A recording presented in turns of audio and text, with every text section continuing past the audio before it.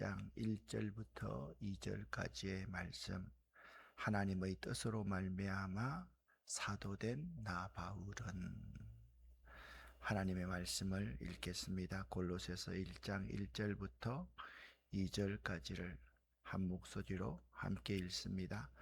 하나님의 뜻으로 말미암아 그리스도 예수의 사도된 바울과 형제 디모데는 골로새에 있는 성도들 곧 그리스도 안에서 신실한 형제들에게 편지하노니, 우리 아버지 하나님으로부터 은혜와 평강이 너희에게 있을지어다. 아멘. 오늘 우리는 골로새서의 문을 엽니다. 골로새서는 처음부터 아주 짧은 두 구절로 시작합니다. 인사말입니다. 오늘은 두 구절을 강의하는데 좀 길 수도 있기 때문에 다 할 수 있으면 좋겠고, 그렇지 않으면 그냥 강의하다가 다음 시간으로 넘기도록 하겠습니다. 목사님, 두 구절 가지고 그렇게 길게 하실 필요가 있나요? 라고 생각하시겠지만, 한번 들어보시면 이 두 구절이 골로새서에서 얼마나 중요한지 여러분이 잘 아시게 될 것입니다. 그런데 이 두 구절 안에 사도 바울이 누구인지, 교회가 무엇인지, 복음이 무엇인지, 그리고 우리가 어떤 은혜 가운데 살아야 하는지가 압축되어져 있습니다. 오늘 특별히 한 문장에 마음을 두고 싶습니다. 하나님의 뜻으로 말미암아라는 문장입니다. 하나님의 뜻으로 말미암아 그리스도 예수의 사도된 바울이다. 왜 바울은 굳이 자신을 이렇게 소개했을까요? 그냥 나는 예수님의 사도입니다 라고 하면 될 터인데, 왜 하나님의 뜻으로 말미암아라고 했을까요? 그리고 이 편지를 시작하면서 은혜와 평강을 왜 빌었을까요? 자, 두 가지입니다. 왜 하나님의 뜻으로 말미암아 사도된 바울이라고 했을까요? 두 번째는 왜 은혜와 평강을 빌었을까요? 두 질문에 의문부호를 딱 세우고 오늘 설교를 함께 들었으면 참 좋겠습니다. 이 두 가지의 질문을 붙잡고 오늘 말씀을 한번 살펴보도록 하겠습니다. 바울은요, 말씀드렸듯이 자기의 직분을 자기의 뜻으로 말미암아 되었다라고 설명하지 않았습니다. 내가 목사 된 것은요, 내가 이런 뜻이 있기 때문에 이 뜻을 이루기 위해서 목사가 됐습니다. 어느 날 이런 은혜를 받고 목사가 됐습니다. 이런 말 하지 않았다라는 거죠. 여기 이제 헬라어를 적어 놓고 아래에 헬라어 발음을 이렇게 적어 놓았는데, 파울로스 아포스톨로스 그리스도 이예수 디아 델레마 토스테우라는 말입니다. 직역하면 바울 그리스도 예수의 사도, 하나님의 뜻을 통하여, 이렇게 직역을 할 수가 있겠습니다. 아주 중요한 단어가 뭐냐면 아포스톨로스. 여러분, 요 아포스톨로스라는 단어는 제가 얼마 전에 선교적 교회라는 설교를 할 때 우리들의 첫 번째 전제가 뭐라 그랬습니까? 선교적 교회의 첫 번째 전제가 우리는 보냄받은 존재이다. 그게 첫 번째 전제라 그랬습니다. 두 번째는요, 오라는 구조가 아니라 가라는 구조이다. 세 번째는요, 우리는 말로서 복음을 전하는 것이 아니라 삶에서 삶으로 복음을 전하는 것이 선교적 교회의 아주 중요한 가치이다. 그 말씀을 드렸습니다. 이 아포스톨로스라는 이 단어가 사도라고 번역하는 단어입니다. 보냄받은 사람, 파견된 사람, 특별한 임무를 받아 보내진 대리자를 의미합니다. 여기 이제 아포스톨로스라는 단어는요, 우리로 하면 대사라는 단어와 의미가 유사합니다. 그러니까 사도는 자기 생각을 전달하는 사람이 아닙니다. 보낸 분의 뜻을 가지고 가는 사람입니다. 그러니까 사도는 그 근위가 그 자신에게서 나오지 않습니다.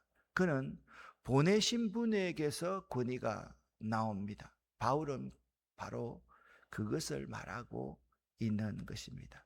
나는 내 뜻으로 이 일을 시작한 사람이 아니다. 내가 스스로 사도가 된 것이 아니다.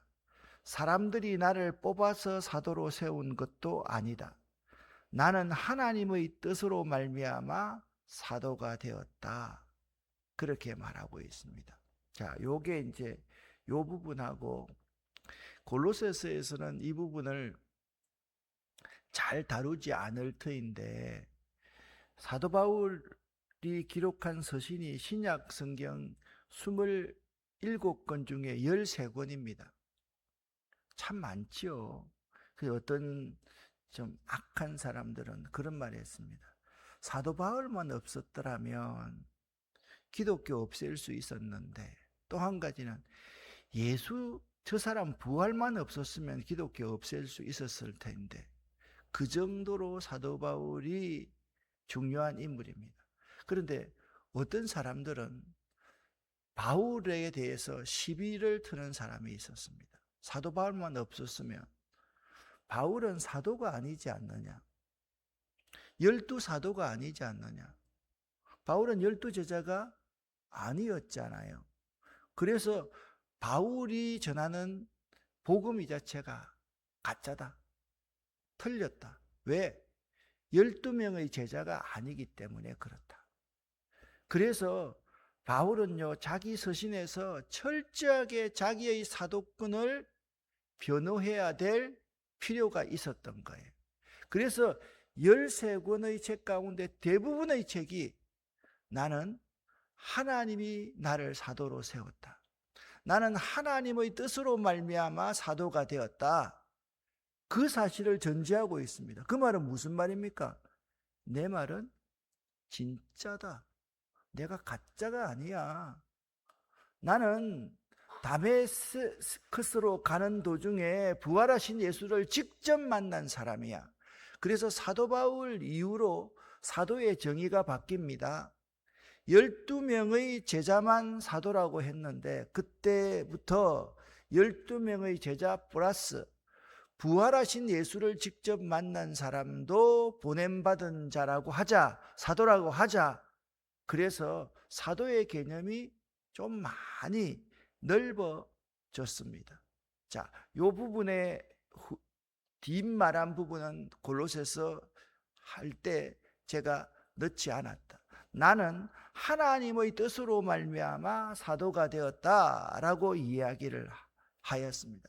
실제로 바울은요, 갈라디아서 1장 1절에서도 자신의 사도직을 사람에게서 난 것이 아니라 하나님에게서 난 것으로 강하게 강조하면서 설명하고 있습니다. 그러면 이것이 왜 중요합니까? 자, 첫 번째는 그렇습니다. 나는 부활한 예수를 직접 만났던 사람이야. 내 복음은 정당성이 있어. 그거는 이번 설교에서 뺀다라고 말씀을 드렸습니다. 골로새 교회는요, 바울을 직접 만나지 못한 사람들이 많이 있었습니다. 자, 여러분, 이 말을 들으니까 여러분 머릿속에 뭐가 들어와야 돼요? 골로새 교회는 바울이 직접 세운 교회가 아니다. 그래서 골로새 교회 교인들은요, 바울에 대해서 굉장히 궁금했습니다. 그리고 당시 교회 안에는 여러 가지 사상과 가르침이 들어오고 있었습니다.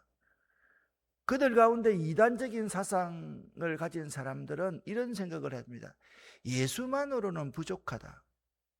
더 높은 그노시스, 지식이 필요하다. 다른 영적 존재에 대해서도 알 필요가 있다. 특별한 종교적 행위가 필요하다. 오늘날로 말하면 교회가 밋밋하게 이게 뭐냐 말이야. 교회에 있으면 손 들고 기도하면 사람이 훅 넘어지고 죽은 사람이 살아나고 병든 자가 벌떡 일어나고 이래야 교회지. 오늘날 교회에 보면 이런 거 잘 없는 것 같아서 죽은 교회야. 그렇게 말하는 신유주의자들이 많습니다. 그것보다 훨씬 더 심하게 교회에 대해서 부정적인 말을 하는 사람이 많았습니다. 바울은 앞으로 골로새서 전체를 통해서 그래서 그리스도가 누구인가를 아주 강력하게 선포합니다. 자, 퀴즈입니다. 에베소서는 무에 대해서 기록하고 있다 그랬습니까? 교회론에 대해서 기록하고. 여러분, 제가 이렇게 말하면요, 따라 해보셔야만 됩니다. 그래서 여러분, 신학을 하지 않더라도 교회론에 관한 성경을 보려면 뭘 읽어야 돼요? 에베소서를 읽으면 돼요. 기독론, 예수에 관한 성경을 읽으려 그러면 골로새서를 읽으면 돼요. 그게 아주 분명하게 나와 있단 말입니다. 무슨 말씀을 제가 여러분에게 드린 겁니까? 예수만으로는 부족하다. 더 높은 지식이 필요하다. 다른 영적 존재에 대해서도 알아야 한다. 특별한 종교적 행위가 필요하다. 이런 생각들을 가지고 있는 사도 바울을 직접 만나지 않는 골로새 교회의 교인들이 많이 있었다. 그래서 골로새 교인들에게는 특별히 기독론, 예수가 그리스도라는 사실을 강력하게 선포해야 될 필요가 있었고 설명해야 될 필요가 있었다라는 거죠. 그런데 그 말씀을 시작하기 전에 먼저 나는 하나님의 뜻으로 말미암아 사도가 된 사람이다. 이것은 자기 자랑이 아닙니다. 오히려 자기 자신을 내려놓는 표현입니다. 내 말이 중요한 것은 내가 바울이기 때문이 아니다. 내 학식 때문도 아니다. 내가 수없이 유대교에서 경험한 내 경험, 그것 때문도 아니다. 내 명성 때문도 아니다. 여러분, 유대교인들 가운데서 사도 바울을 모르는 사람, 우리나라 말로 표현하면 간첩입니다. 얼마나 유명한 사람인데요. 유대교의 정점에 있었던 사람인데요. 나는 그런 것으로 말미암아 사도라고 말하는 것이 아니라 나를 보내신 하나님의 뜻 때문에 내가 한 말이 중요하다. 내 말 때문에 중요한 것이 아니라 나를 보내신 하나님의 뜻 때문에 이 말이 중요하다. 이것이 사도의 자세였던 것입니다. 첫 번째는 나는 하나님의 뜻으로 말미암았다. 두 번째, 내가 나를 하나님의 뜻으로 부르셨다는 것은 우리네 인생에도 아주 중요한 질문을 던집니다. 바울의 이 고백은 목회자나 선교사에게만 해당되는 말이 아닙니다. 우리 인생을 우리 스스로가 바라보는 방법을 바꾸어 주는 말입니다. 우리는 흔히 이렇게 말을 합니다. 내 인생은 나의 것. 유행가에서 그런 노래 불러 보셨죠? 내 인생은 내가 결정하는 것이다. 내 인생은 내가 책임지는 것이다. 내가 원하는 것을 하겠다. 내가 행복하면 된다. 물론 우리에게 선택의 책임이 있는 건 사실입니다. 그러나 이 하나님의 말씀인 성경은 그보다 더 깊은 질문을 합니다. 너는 누구의 뜻을 이루며 살아가고 있는가? 너는 누구의 뜻을 따라 살고 있느냐를 묻고 있다라는 것입니다. 바울은요, 자신의 인생을 되돌아봅니다. 이렇게 말합니다. 내가 사도된 것은 기적이었다. 이 말하고 있지 않습니다. 내가 사도된 것은 하나님의 뜻이었다. 하나님의 뜻이 아니면 나는 사도가 될 수 없는 사람이다. 놀라운 것은요, 바울이 처음부터 사도가 되고 싶어 했던 사람이 아니라는 것입니다. 오히려 그는 교회를 박해하는 사람, 예수 믿는 사람을 핍박하는 사람이었습니다. 예수 믿는 사람들을 잡으러 다녔습니다. 그런 바울을 우리 주님 예수께서, 부활하신 예수님께서 붙드셨습니다. 그리고 우리 주님 예수께서는 그를 완전히 다른 방향을 바라보며 살아가도록 이 세상에 보내셨습니다. 그래서 보냄받은 자, 아포스톨로스, 바울은 자신을 사도라 그렇게 말을 하는 겁니다. 그에게 사도직은 자기 개발의 결과가 아니었습니다. 하나님의 부르심의 결과였습니다. 그렇기 때문에 바울은 자기 사역을, 자기 똑똑함을, 자기의 과거를 자랑할 수가 없었습니다. 그래서 골로새서에서는 이 말을 하지 않지만, 여러분 빌립보서 같은 경우에는 보면 그 기쁨, 행복, 자랑, 그런 부분들을 많이 말을 하고 있기 때문에 내가 자랑하려면 정말 자랑할 거리 엄청 많은 사람이야 라고 하면서 자기 과거를 이야기하지만, 골로새서에서는 자기 과거가 아니라 자기가 왜 사도로 부름받은 것인지, 그것은 딱 하나다. 그리스도 예수 때문이었다. 그리스도 예수로 말미암아 내가 사도가 되었다.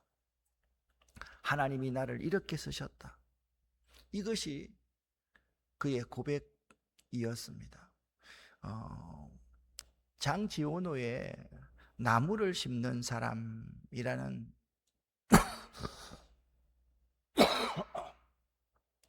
책이 있습니다. 저는 환경운동을 하는 사람이기 때문에 이 책을 참 좋아합니다. 이건요, 책 표지고 일반적으로 이런 표지의 책도 있습니다. 한 사람이 나무를 심는 사람입니다. 이 작품은요 1953년에 발표되었는데요, 한 목자 엘제아르 부피에 대한 이야기를 들려줍니다. 한 젊은 여행자가 황폐하고 메마른 프랑스 산악 지방을 지나갑니다. 땅은 말라 있었고요, 마을은 버려졌습니다. 사람들은 떠났습니다. 그런데 그곳에서 한 목자를 이 젊은 여행자가 만납니다. 그런데 그 목자는 매일 도토리를 골라 좋은 씨앗을 준비합니다. 여기서 소재가 도토리가 나오는 것이 참 좋습니다. 우리 교회 뒤에 가면 큰 높은 나무가 있잖아요. 이 나무가 상수리 나무입니다. 물론 도토리와 상수리는 조금 다릅니다. 처음에 와서 이 뒤를 걸으면 여기 있잖아요, 다람쥐도 몇 마리 있었습니다. 그런데 도토리가 좀 떨어지기 시작하면 사람들이 와서 전부 다 주워 가버립니다. 그러니까 그 애들 먹을 것까지 다 주워 가버리니까 그놈들이 밥이 없어서 살 수가 없었습니다. 그래서 한 마리도 없습니다. 좀 여기다가 프랭카드라도 좀 붙여 놔야만 되겠습니다. 그래서 저는 한 번씩 도토리를 줍습니다. 도토리를 주워서 저 뭐 할까요? 심습니다. 심으면요, 거기서 조그마한 나무가 자랍니다. 아마 지금 우리 환경센터 같은 데 가도 그런 나무가 한 10그루 이상은 있을걸요. 그냥 그거요, 여러분 주워 가가지고요 화분에다가 꽂아 놓고 물 주면 상수리 나무가 생깁니다. 그 목자가 매일 도토리를 골라서 좋은 씨앗을 준비하고 그리고 그것을 땅에 심었습니다. 하루 이틀도 아닙니다. 몇 달도 아닙니다. 수십 년 동안 목자는 이 도토리를 땅에다가 심습니다. 그걸 젊은 여행자가 보는 거예요. 사람들은요, 그 목자가 무엇을 하는지 관심도 없습니다. 상을 주는 사람도 없습니다. 박수 치는 사람도 없습니다. 그가 나무를 심는 모습을 보면서 대단한 사람입니다 라고 말하는 사람도 없습니다. 그런데 그는 계속합니다. 전쟁이 일어나도 계속합니다. 시간이 흘러도 계속합니다. 그런데 마침내 그 황폐했던 땅에 숲이 생기기 시작합니다. 숲이 생기니까 물이 흐르기 시작합니다. 새들이 돌아옵니다. 사람들이 다시 그곳에 모여서 살기 시작합니다. 한 목자의 작은 행동이 수십 년 후에 거대한 변화를 만들어냅니다. 작품 자체도 이처럼 한 사람의 지속적인 헌신이 황폐한 풍경을 변화시키는 이야기로 평가되고 있습니다. 그런데 이 이야기를 오늘 본문과 연결해서 생각을 해봅니다. 물론 이 목자의 이야기를 사도 바울의 사도직과 똑같다라고 말을 할 수는 없습니다. 그러나 한 가지 중요한 원리는 생각할 수가 있습니다. 하나님께서 우리에게 맡기신 일은, 하나님이 여러분과 저를 이 세상에 보내어서 맡기신 그 귀한 미션은 언제나 당장 결과가 보이는 것은 결코 아닙니다. 지금 여러분들이 복음을 전한다고 해서 역사가 변하고 여러분 가정이 변하고 여러분 자녀가 변하고 여러분을 칭찬해 주는 사람 아무도 없습니다. 개인실이 연휴 첫날인데 새벽기도 나와가지고 이렇게 기도하냐? 사실 그렇게 생각이 들 수가 있습니다. 복음을 전했지만 감옥에 갇혀 있습니다. 복음을 전했는데, 군 뉴스를 전했는데 매를 맞았습니다. 죽을 뻔했습니다. 복음을 전했지만 오해를 받았습니다. 복음을 전했지만 죽음의 위험을 받았습니다. 그럼에도 불구하고 사도 바울은 계속 그 목자처럼 복음을 계속 전했습니다. 왜입니까? 자기 뜻으로 시작한 일이 아니었기 때문입니다. 하나님의 뜻으로 말미암아 이 한 문장이 바울을 견디게 했습니다. 하나님께서 나를 보냈다. 하나님께서 나를 픽했어. 꼭 집어서 거기서 만나주시고 나에게 미션을 주셨어.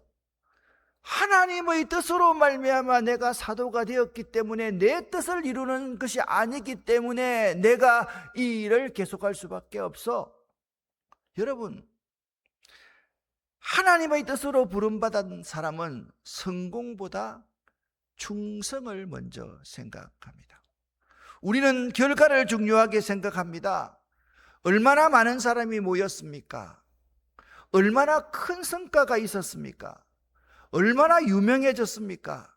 얼마나 인정받았습니까? 저는 어제 이 문장을 기록해 나가면서 눈물이 주르르 흘렀습니다. 우리 교인들 가운데서도 이런 사람이 요즘 있습니다. 목사님 다 키워가지고 돈 얼마 벌었어요? 손해만 가잖아요. 그런 짓 왜 해요?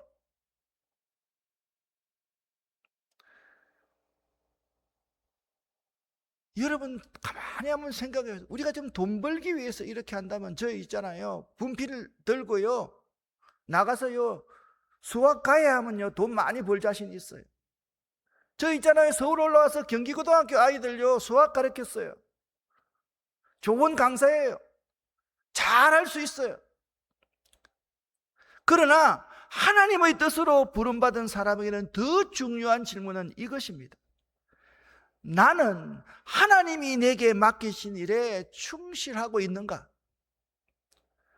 바울에게 중요한 것은 성공한 사도가 되는 것이 아니었습니다. 성공한 목사가 되는 것이 아니었습니다. 교인들 많이 모아서 큰 건물을 이루는 목사가 되는 것이 아니었습니다. 충성된 사도가 되는 것이었습니다. 그래서 고린도전서 4장 2절에서 맡은 자에게 구할 것은 뭐라고요? 충성이니라, 그 말씀을 하고 있는 것입니다. 우리도 이 관점이 필요합니다. 부모로서 자녀에게 믿음을 가르치는 일, 배우자로서 사랑하고 용서하는 일, 직장에서 성실하게 살아가는 일, 교회에서 이름 없이 빚도 없이 봉사하는 일, 누군가를 위해서 기도하는 일, 아무도 알아주지 않는 자리에서 믿음을 지키는 일, 그 모든 일이 사람들은 알아주지 않습니다. 저 사람 무슨 짓 하고 있는 거지? 새벽에 잠이나 좀 더 자야지 건강하지. 여기 집사님 아침에 회사 안 나가고 사무실 지키고 사람들한테 요가 안 가르치고 새벽에 왜 피곤하게 나왔어?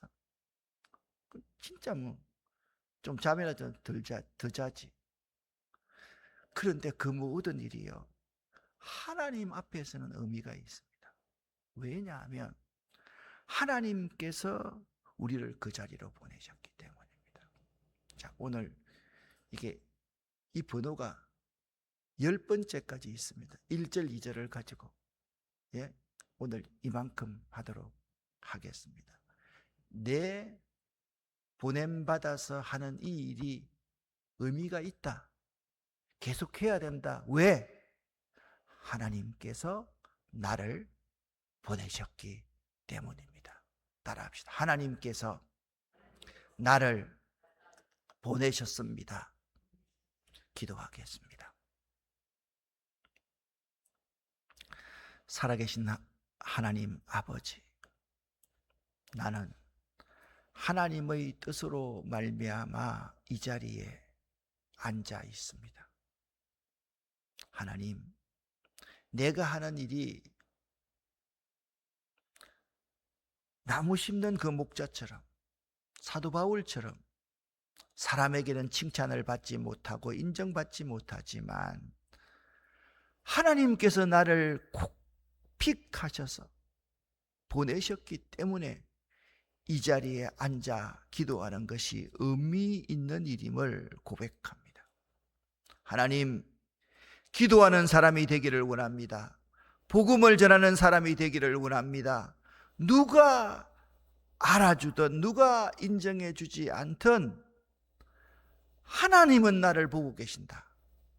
그 사실을 잊지 않도록 도와주시옵소서. 오늘도 기도할 때 하나님, 우리와 함께하여 주시옵소서. 예수 그리스도 이름으로 축복하옵고 간절히 기도 올립니다. 아멘.